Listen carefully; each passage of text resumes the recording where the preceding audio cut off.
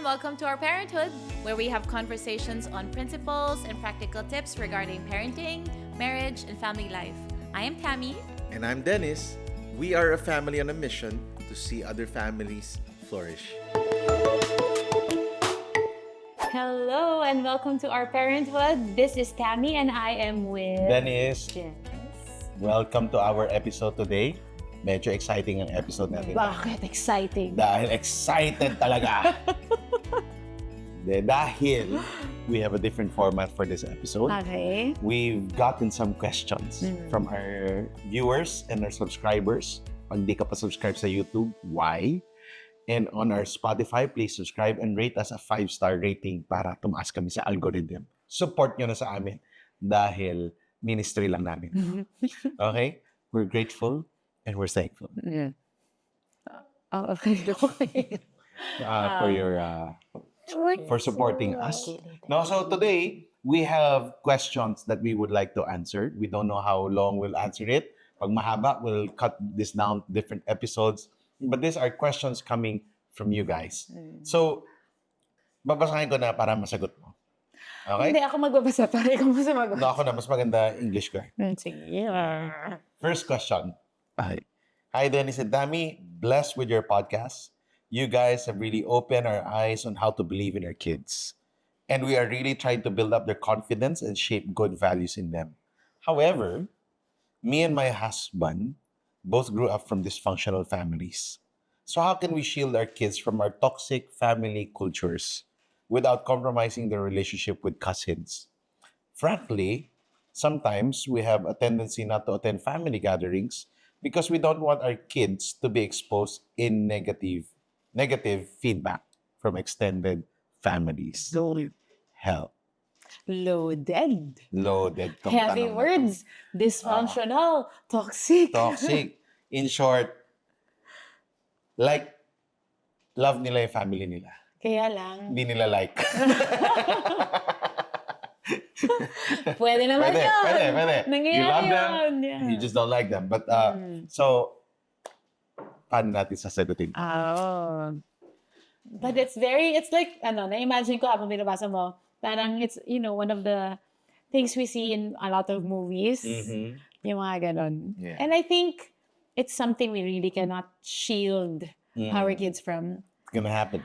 Ako, feeling ko, in one form or another, there is always dysfunction. Alam mo yun, hindi naman perfect families eh. So, lalo na, marami naman, we just grew up na, our parents just parented us the best way they knew how. Tapos hindi naman masyado, unlike now, wala masyadong mga conversations about parenting before or about, mga family culture, ganun. Parang, basta, ganito.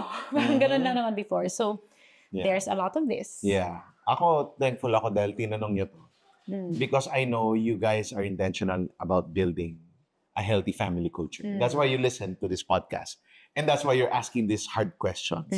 And I love how you're trying to shape the culture of your family by trying to break some cycles that have, in a way, affected you negatively. And that's why you ask this question. So, now, step one, okay, you're able to identify what's healthy and what's not healthy, what's helpful and what's not helpful. That's good. Okay. Ang pagkabasa ko is, ang concern niya, how do I now balance? Kasi toxic yung family culture namin. But at the same time, I want to preserve the relationship. Yun nga, I love them. Yeah, they're my relatives. I love them. They're my family. It's just, I don't know if I want my kids to be exposed to such a culture. And I think all of us, we face that. Yung as we start building our own family culture, there are some parts talaga of na, okay, hindi tayo agree dyan. Kasi nga, we want to build our own na culture. We take the good and hopefully leave out the bad. Parang ganon. So, yes. So I like this question also. I'll start. Okay. Ako, number one, very important, you set healthy boundaries pa rin. No, and this Back to happened to me. boundaries. Yeah, this happened to us. We just have to set healthy boundaries. What would be beneficial for both sides? Okay. No?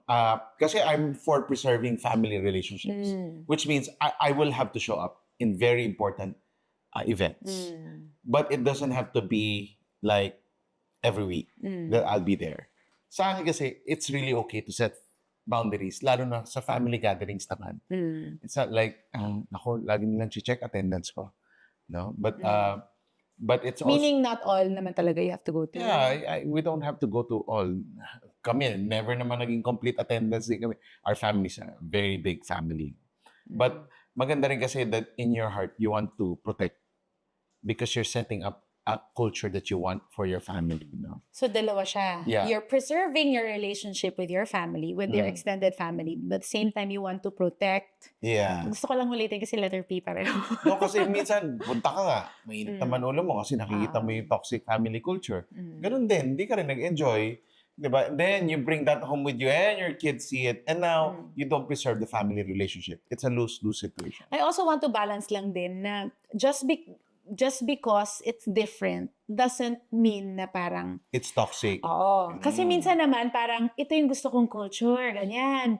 And we can get so protective of that. Or legalistic. Or legalistic about it. That we end up na parang iba sila. So, hindi ganon.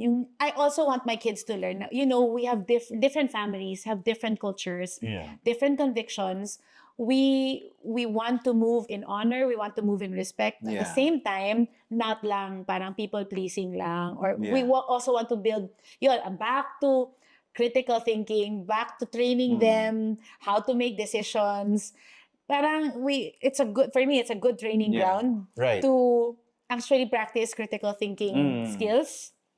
Na I think for us, what helps is before we go somewhere, and that's, kahit saan to, before we go somewhere, we actually remind them, okay, what to expect. Kung lalo na alam mo naman na ito yung papag-usapan, ito masasabi, and hindi ka na magugulat, then it will be good to give them parang may prep na, may briefing na. So you can have a briefing na, okay, pag ganito, this is our expectation sa inyo because for our family, ganito. Yeah. So there's briefing session. After din, pwede rin may debriefing. Lalo na kung may narinig ka, ba't kasi sinabi to? Yung parang ganon. So you can have debriefing then na, okay, what do you think about that? Right. And then, this is where we stand as a family. So may conversation tayo with our kids. Open conversations. Because we really cannot shield them. For now, it's the family. When they go out into the world, it's the world. Yeah. Like you go to a certain party, mahilig mag-chismis. Example. And your kids see it. It's something you don't like. Gossiping. So now we go home, they'll say, how come they talk about other people? Then that's a good conversation to have with your kids. Yeah. And then you slowly build skills. Okay, so now how can you stop that conversation? Or how do you now show na, okay, you will not participate in something na you don't agree with, or you, di ba may ganun, iba-ibang level din. I guess yung iba naman parang, alam mo, wala naman masyadong, hindi naman siya sinful. Iba lang, different lang. Yeah. So, okay lang. Parang, just because it's different doesn't mean it's, alam mo yun, na it's less or beneath you or wrong. Parang gano'n. Okay lang. So, may mga iba na you accept that it's different. Pero may iba na, kung alam mong it can go down a road na alam mong, okay, this is going to be wrong, or I might end up doing something wrong or learning something that I know will not honor God and stand by our values as a family. Then also coach them on how they can put their foot down or stand their ground. Or yung may iba ding level na, tumahimik ka na lang muna kasi kung wala ka namang ma-effect na change. Parang, so quiet ka lang. Or when do they speak up? Or yun, parang ganun. Right. Yeah. Now, if importante talaga yung cousins, and which they are, I think it would be good for you as a parent to set up na lang mga smaller meetings. Di ba? Parang it doesn't have to be always a family gathering. Then you're there, you talk with them also. Si Thammie mahilig yan. Kausapin niya yung mga pamangkin ko. But it's a good conversation that's, in a way, being supervised by adults. Kasi you don't know where it can go. We've heard so many stories of mga green jokes or conversations that's of sexual in nature na na-expose yung mga anak natin na maling-mali talaga. And they make light of it or sometimes even experiment on certain things through those conversations. That's why it's very good for us to just maybe have smaller gatherings or conversations with cousins. And the advantages I see there, one would be parang hindi outnumbered kayo. Yung kumbaga parang nasa home front. May home court advantage. Parang ganon. And another advantage I see is kasi I love my pamangkins the way I would love my kids. So parang, if I want to disciple my kids this way, of course, with respect pa rin sa how the parents would want to raise their children, but kung alam kong ito nakakabuti for them, of course, I would want to disciple them or guide them in that way also. So, parang it gives you a chance also to help, contribute yung parang may discipleship na nangyayari, parang ganyan. Yeah. And of course, for me next is to really model healthy relationships. Sabi mo, hindi naman natin maiwasan yan eh. But how we interact with their friends or relatives or in family gatherings is very crucial kasi our kids would see si Papa Mama ba engage with them? Do we talk bad about them or do we talk, we honor them? Diba? That's the culture we want, na honoring. Of course, there will be no perfect family. So I choose not to discuss what's imperfect, but I choose to discuss and celebrate what's good in the family. No? So choice naman yan talaga. So pag nakita ng mga anak mo, okay na you get to see the good things rather than the bad things. Kasi sino ba pamilya wala? Walang bad thing. There would always be those things that you would differ from and would say, I don't like that. But then, you can also choose to see the good in that family line. Yeah. Right. So, for me, pag nakita ng mga anak natin yon, again, you're teaching them again. You're preparing them for life. I choose to see the good. I assume the best in people rather than always talk about what's bad in that line or what's wrong. Yeah. I love that point. Parang ako, gusto kong yun. Ma-emphasize yun. Yeah. Because there will always, in any relationship, there will be the good and the bad. Yeah. With anybody, there will be the good and the bad. Just because there's something bad or there's something wrong doesn't make the entire thing rotten. Yeah. Diba? Parang, but always, back to what the Bible says, whatever is excellent, whatever is trustworthy, praiseworthy, lovely, Pure. that's what we want to focus on. Yeah. So, yun lang. Siguro last is, wag kang mag-guilty rin na you're making a decision for your family. It's a hard decision. Because we don't know how toxic. Avoid all extremes. Yeah. Don't burn bridges. Yeah, we always say that. Wag kang mag-burn ng bridges. Wag kang mag-gossip. Wag kang, don't do that. Don't go that route. I don't think anybody will win there. It's just setting those boundaries. But also having grace for yourself for making a decision to stand and say, I really want this culture. Ito, paglala. Pamilya mo yan eh. At the end of the day, ang accountability mo hindi naman sa pinsan mo eh. Or sa tita mo.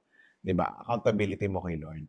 But make the right decision and always move in grace, not just for yourself, but also for your relatives. Yeah, the same way that we are growing as a family, the same way that we're maturing as a family, hopefully. But it's the same way that they also have a journey. So we're all on a journey. Yeah. We're all maturing, hopefully. We're all learning along the way. Yeah. So have grace. Yeah. Such a good question. Sobrang loaded. Thank you for this question. Thank you for that question. We really love answering those questions. Yeah. Madami tong families. Like, I think very Asian kasi tong question na to. So, yeah. So, you might have more questions you want to ask us. We have a few more episodes where we will be answering your questions. Please do send us in our socials, in our email, or wherever you can connect with us. Basta sabihin niyo lang for our Parenthood Podcast. Okay, we can also make sure na may data privacy pag ayaw niyong ma-mention pangalan niyo or ibahin ko pangalan niyo, okay lang din yun. As long as we are able to help journey with you guys. So in our next episode, we'll be answering more questions that's coming in our socials. So God bless you guys. See you in our next episode. See you. Bye.